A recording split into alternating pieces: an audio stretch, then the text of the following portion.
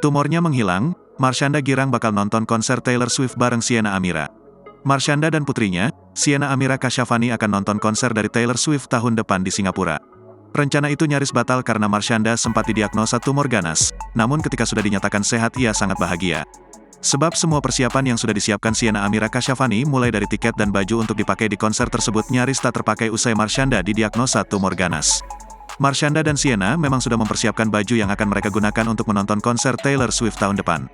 Rasa bahagia Marshanda semakin terasa karena ia akan pergi berdua saja dengan Sienna ke konser yang rencananya akan digelar bulan Maret tahun 2024 di Singapura.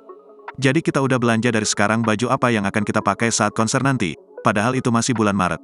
Aku sama Sina udah kayak bestie banget, seneng deh, tutur Marshanda. Iya seneng banget di tahun depan aku sama Sienna mau nonton Taylor Swift bareng dan kita berdua doang, kita akan loncat-loncat di sana karena kita berdua adalah big fans banget Taylor Swift, lanjutnya sembari tertawa. Marshanda memastikan kondisinya sudah baik-baik saja pasca didiagnosa mengidap tumor ganas beberapa waktu lalu.